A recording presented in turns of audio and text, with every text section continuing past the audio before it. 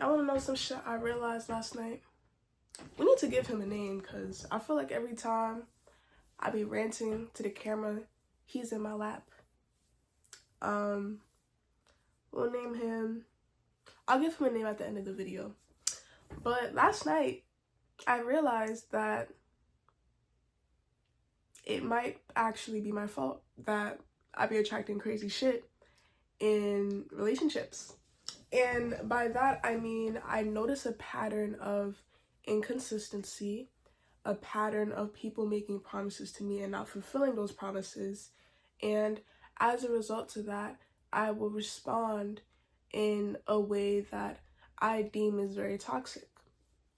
Like, for example, once my emotions get into the equation, I feel like my brain just doesn't know what to do because there's a part of me that wants to keep going because emotional intimacy is a part of intimacy. And for a person like me, emotional intimacy is necessary in order for me to feel closeness with somebody. As someone who relates to the title of pansexual, this is when it comes to relationships, but relating to that title means that I need to have emotional intimacy with my partners. And within friendships as well, I really value emotional intimacy. And I just noticed a pattern in my life of things bothering me and me not saying anything because in my childhood, my family would make so many promises to me and they would just lie to my face flat out. And as the forgiving and naive child that I was, I made it about me and I was like, oh yeah, like, you know, they just had something to do or I'm just not that important to them. And you know, I went by that for so many years, and then even now, like, I'm just confused. I'm like, does it really hurt people to just fucking be consistent within my life? I don't think it does. I don't think it's a difficult thing to be consistent. And I recently recorded, literally last night, I recorded a video, and I was like talking about my high standards, and I don't even think my standards are high. It's just that what I know is not what I want. It's very annoying because it's a thing of like I have to have my own back, but it's weird because I feel like when I express the way that my emotions operate in my mind, I feel like I'm trauma dumping, and I have a fear of accidentally becoming the toxic one.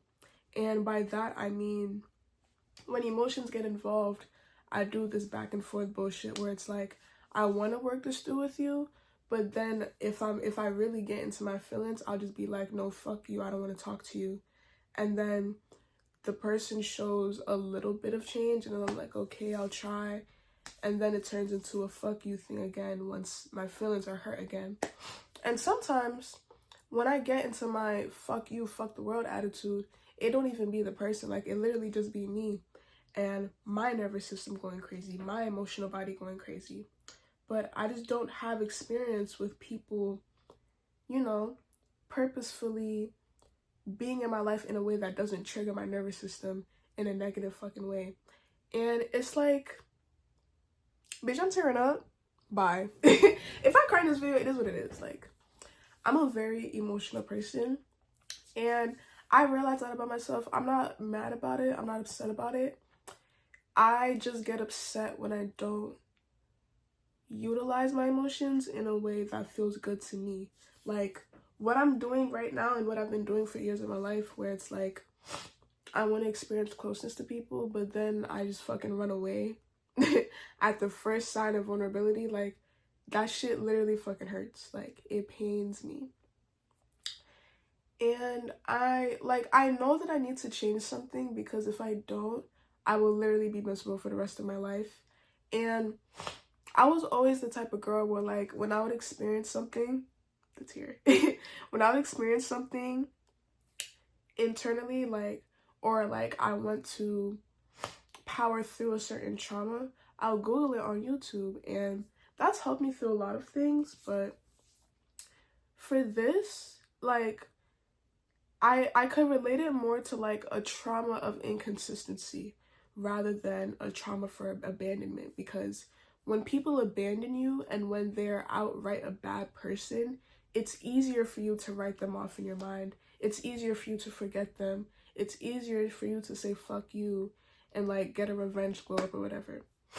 But when that person is like generally trying, and you could tell that they're not a bad person, they're not trying to hurt you, but they are still hurting you in ways, that is what pains me, because I have family members, again, where their inconsistency would fucking crush me. And I would just like, I would want to say I fucking hate you, but I can't hate you, bro. Like, you are my brother. I can't hate you for real. You are my mom. I can't hate you for real. I just hate the way that you fucking act. I hate how your inconsistency made me so confused and made my emotions go so fucking crazy. And that's the real issue, is how people in my family would just be so inconsistent with me. And that shit is dead ass traumatizing. And then I'm on YouTube and I'm Googling, not Googling, I'm searching up, you know, how do I deal with the trauma of inconsistency? And videos about abandonment keep on popping up. It's not about abandonment. It's not. And my whole thing about my personal presence on social media is to document my experience on this earth. I'm not a teacher. I'm not a guru. I wouldn't even consider myself a coach yet. I feel like right now I'm just putting everything that I go through out there, so that if you resonate with me in any way and if you feel connected to me in any way, you could look at what I did and learn from my mistakes, learn from what I'm telling you, so you could do better as well. And so you could go as well.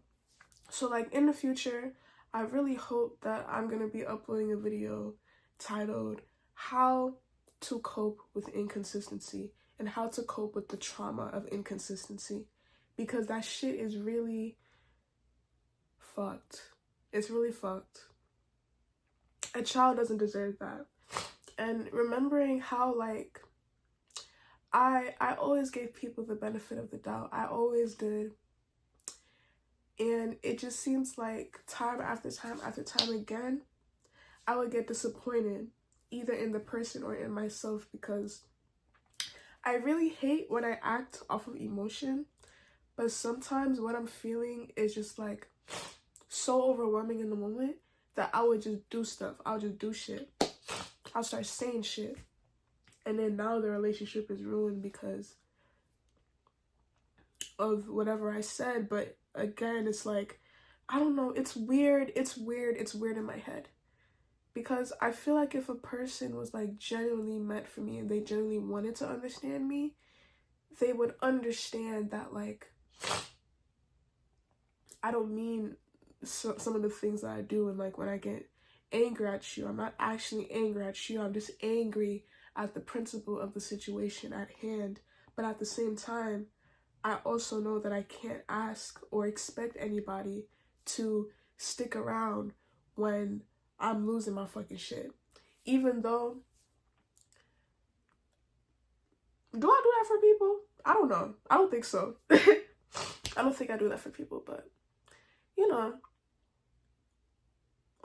when I think about how I want to victimize myself, it's kind of like, why don't people stick it out for me the way that I stick it out for people? But if I'm being honest, I don't think I stick it out for people.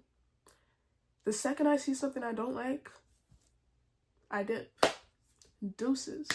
Like, seriously. But that's all. We're gonna name you Pablo. Pablo. Bye.